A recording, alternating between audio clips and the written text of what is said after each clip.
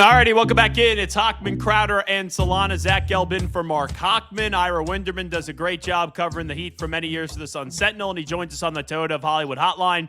Shop over 2,000 Toyotas on sale at one location, Toyota of Hollywood on 441 between Hollywood and Sheridan, toyotaofhollywood.com. Heat got Giannis Antetokounmpo. Now we go to Ira Winderman. Ira, appreciate the time. How are you?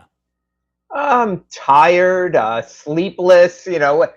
When I had to text Solana at like 2 a.m. asking him what time, I realized this was going to be a quick turnaround today. But you know what? At least worth it. I'll say that. So when the news comes out and now you've had some time to digest it, your biggest takeaway from the Heat acquiring Giannis Antetokounmpo is what? Let's get this straight, because I'm confused, so maybe you guys can help me out. The Heat did not have enough. Everyone said the Miami Heat don't have enough. They're a team that's lacking. And then they make this deal, and some Heat fans are saying they gave up too much. And I'm like, wait, which is it? You didn't have enough to compete, or you had the resources and gave them away. So I think Heat Nation needs to take a step back and realize when you're trying to get a top 5 NBA player, you go all in. We saw the example with Boston. They apparently pulled back after a while and said, we're fine. If I were to sit here with you today and say the reason the Heat did not get Giannis Antetokounmpo is because they were unwilling to give up Kasparas Giacochonis, what do you think the outcry would be? Solana would be dead because he would be furious. I'd be hot too, Ira. Hey. I mean, and so, look, you got to give everyone their flowers here. Is it a risk? Hell yeah, it's a risk. But you win with risk. You win when you're a New York Knicks team giving a huge contract to Jalen Brunson that people said years ago, that's a terrible contract. No, it wasn't. You're a risk when you take on Karl Anthony Towns after his struggles in Minnesota. No, it wasn't a risk. You have to go big in the NBA. Well, look, Boston did it. When they traded Garnett and Pierce, they got the picks for Jaylen Brown and Jason Tatum. If you don't go big in the NBA, to use the cliche, you really do go home. And Ira, is there more to this Norman Powell move, Wiggins move, maybe a Bobby Portis move? Is there more to this that we're waiting for before that July deadline? Yeah, it's interesting because these trades always have tentacles. Because you can't complete the trade until July 6th, the next cap calendar year. You can grow it out. You can move other parts. And I think the 2-team trade could be a 5, 6, 7-team trade because everyone's going to jump in there. I mean, the Julius Randle trade could be part of this trade, the way it's worked out. So there will be more. The Heat needs to clear more cap space to achieve their goals. Right now, they have about $16 million under their hard cap, maybe 18.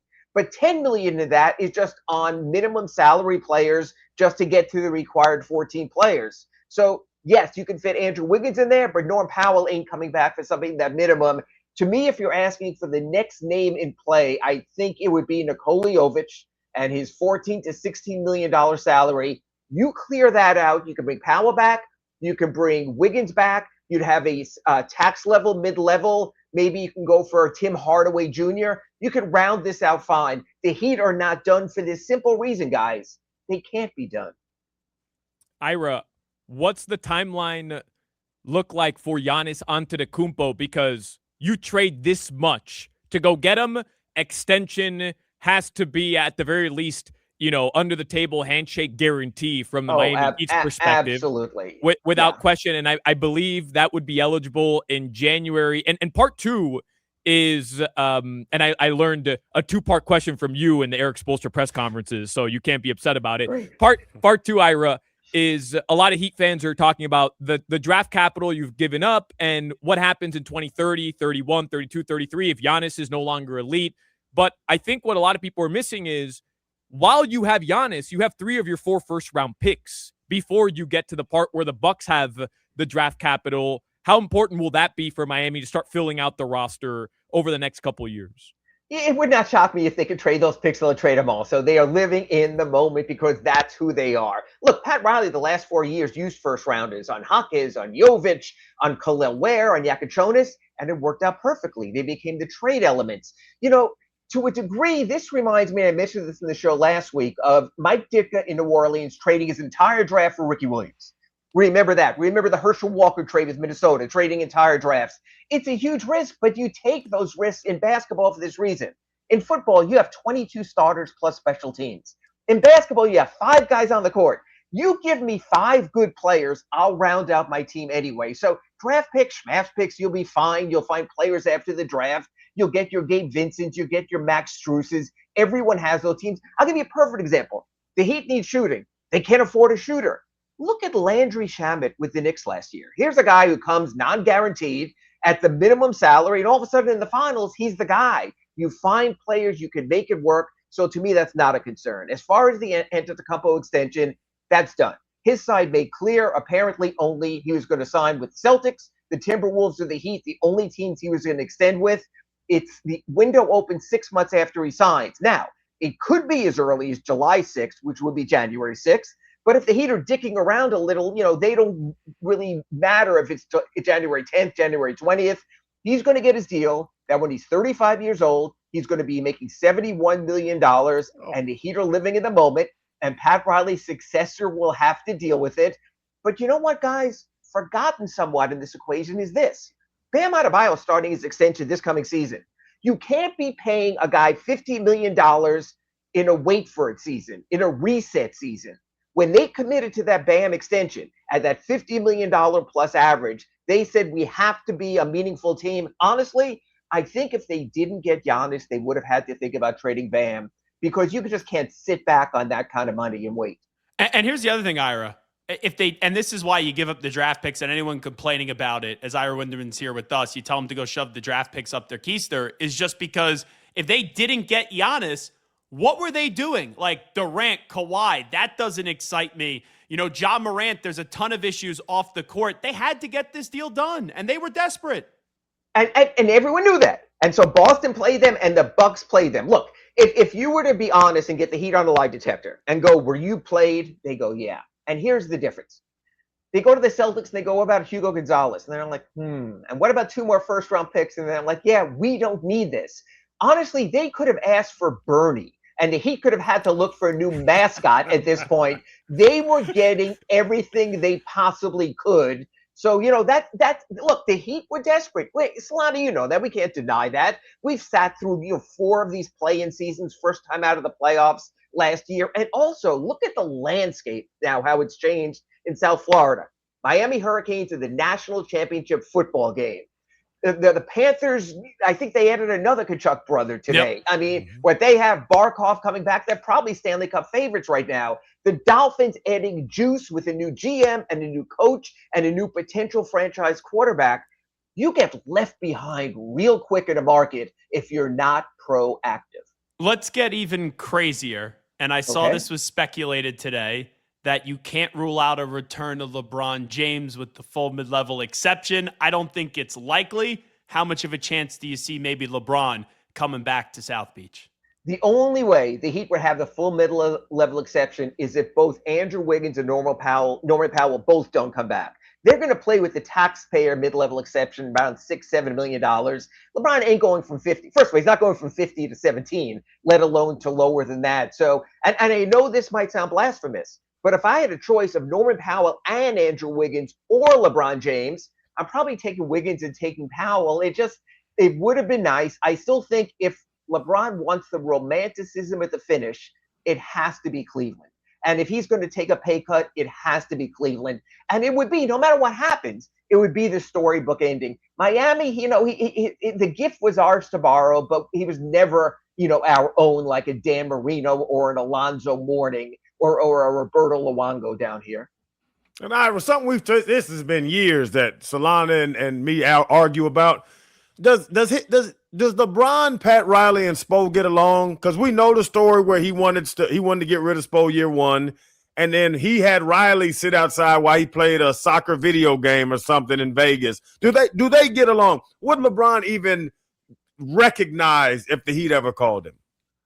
Oh, yeah. I think, in the old time heals all wounds. Remember the way Shaquille O'Neal left town here? He burned every bridge here. I mean, he was wrestling guys naked in the locker room because he just didn't care. And he worked his way out. And then all of a sudden, he's a pitchman for Mickey Harris's Carnival Cruise Lines, and the Heat retire his jersey. Look, it's going to happen with LeBron. And you know what? It's going to happen with Jimmy Butler. That's the beautiful thing. You take a little bit of time away, you step back in, all is forgotten. LeBron understands and appreciates the Heat as a winning culture. Is he passive aggressive? Maybe as passive aggressive as any athlete we've seen, but that's part of the game now also, Channing. Ira, you mentioned Shaquille O'Neal, you mentioned LeBron James.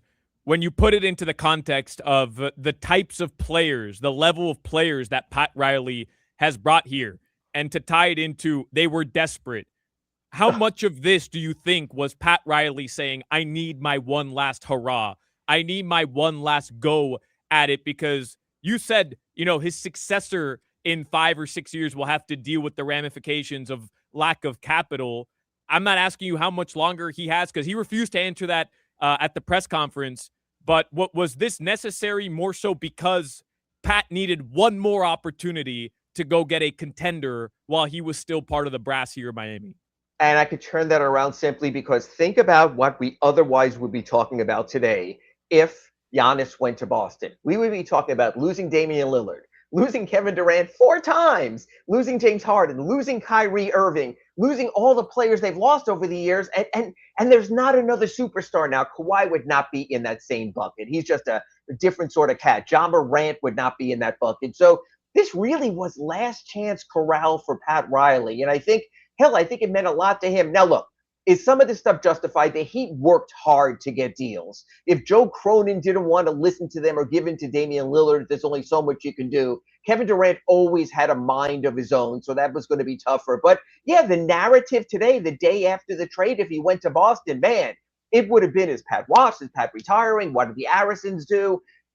I don't want to say it saved a franchise, but I think it provided a much-needed reset because there are only 2 things that can sour Heat fans more than this: the Celtics or the Knicks winning a championship. Well, one of them just happened. So if you want to be all the way down there, it's bad enough with the damn Celtics fans here and with your New York fans down here, but it would be worse if one team's coming off a championship. They're buying out all the tickets here, and the Heat are in the dumpster. So, yeah, no, right now it's game on. And honestly, I'm not going to say the Heat are favorites in the East. And a matter of fact, my favorite is probably a team you might not mention. I think the Pacers are right back up there with Tyrese Halliburton coming back, Ivica Zubac's coming back there. But I would say this: there's not a team in the East that scares me, which I could not say a day ago. Ira Winderman here with us. I'm a Knicks fan, and, I look at it in this way. Now the Heat objectively with Giannis and Bam, and not knowing what the rest of the roster is, they're out of the play-in tournament. With those 2, they should win a first-round series, and then these moves over the next few weeks will ultimately determine if they could get to a conference finals, if they could get to an NBA finals. Well, let's look how they rounded out this roster. After the Shaquille O'Neal trade, they were a season sort of in the wilderness. Then they made that huge trades with Memphis. They bring in Gary Payton. They bring in Jason Williams. They bring in Antoine Walker. They bring in James Posey. Boom, championship. First big 3 year when LeBron couldn't guard J.J. Barea and wouldn't take the ball in the post. And it was either or with Dwayne. Then all of a sudden in the following years, Shane Battier, they had Mike Miller at the start, but then Ray Allen, Chris Birdman Anderson, they found the pieces.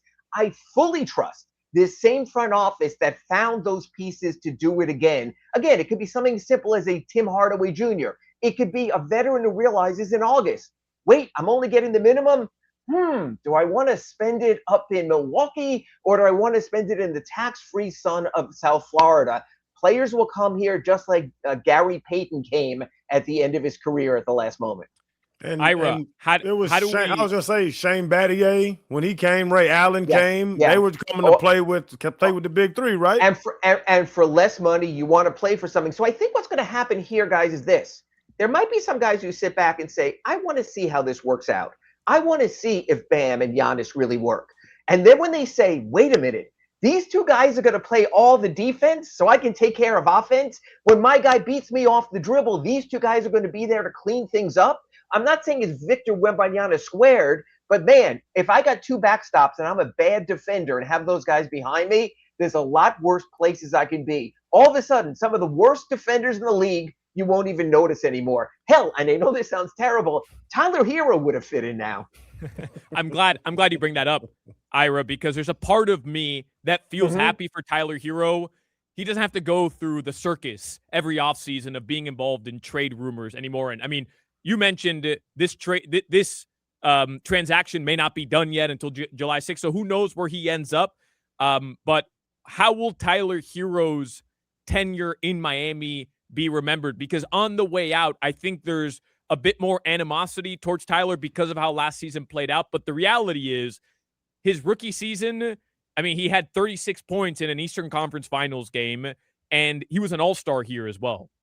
I mean, again, I wrote this in my Sunday column, but he deserves his flowers. First year, he was a rookie sensation in those bubble finals and those bubble playoffs. He almost single-handedly beat Boston in one game.